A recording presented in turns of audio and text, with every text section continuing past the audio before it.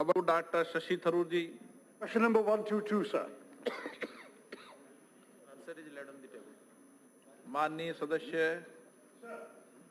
Fishermen are the most neglected, marginalized community in the whole of India, sir. And I say this particularly coming from a coastal constituency. We have a situation where foreign vessels are coming into our exclusive economic zone. They are fishing with impunity. They are taking away the fish resources of our country. And our fishermen are the ones being punished by our government's rules, where you find that if they fish within the zone within 200 nautical miles, they are charged 2 lakhs if they're caught, for example, during fishing during the monsoon season. If they have juvenile fish in their catch, they're punished further.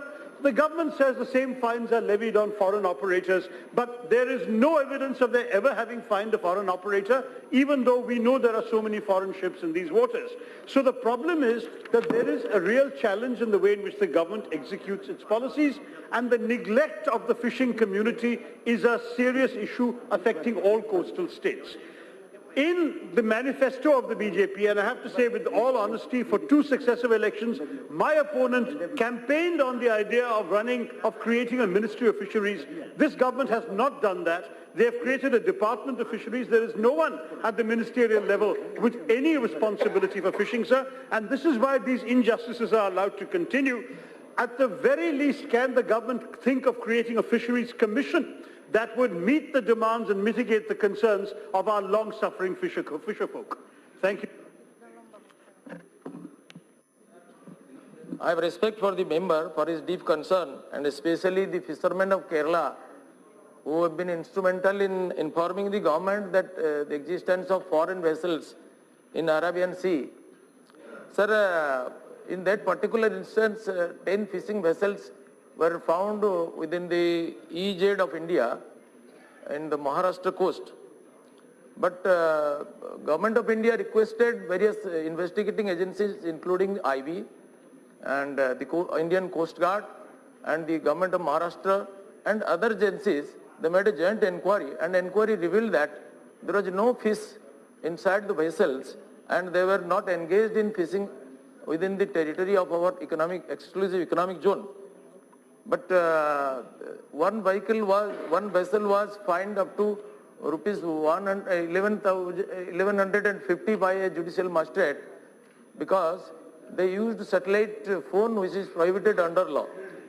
Sir, the trespassers in the exclusive economic zone, if they are found guilty, are presently punished by the MJ Act, which is meant for illegal fishing by foreign vessels. But the territorial waters from the waistline up to 12 nautical miles is governed by every state, and every state have their own separate laws. They are at liberty to enact laws. Sir, from 12 nautical miles up to 200 nautical miles comes under EEZ, and that is under the jurisdiction of the Government of India. Sir, the government is contemplating to have a uniform law only for the exclusive economic zone. So far as territorial zone is concerned, that is the jurisdiction of state governments, and they make their own laws. As far as the present MJI Act, the government of trespassing vessels are fined up to rupees 10 lakh. There is a provision of penalty of rupees 10 lakh in the exclusive economic zone and up to rupees 15 lakh in the territorial waters. Sir, fines are being imposed if some vessel are found guilty. But in these particular cases, these vessels are reported by the investigating agency to have come under our sea and to take shelter in the harbor due to the cyclone known as Vayu Chakra. Sir, joint inquiry report clearly testifies that there was no fish and they were not engaged in fishing activities. Sir, this is not to say a totally satisfactory response, sir. The fact is, we're not talking so much about the territorial waters, that's 12 nautical miles. We're talking about the exclusive economic zone of 200 nautical miles, and there, sir, you are now requiring in your draft bill to actually charge our Indian vessels for a permit to fish in our own economic zone, whereas foreign vessels, of course, you can't charge them any permit, they're coming from abroad. So this bill, sir, is also misconceived. The more important question is, our fisher people are below the poverty line, sir. 61% of India's fishermen families are in the BPL category, sir. And in these circumstances, how can you charge, for example, a license fee of 50,000 rupees, which is what they're charging now, on the assumption there are big vessels and rich owners?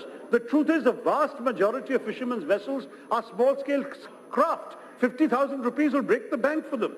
And the problem is that your draft bill, which has not gone to a committee as far as I'm aware, does not even address this particular problem, sir.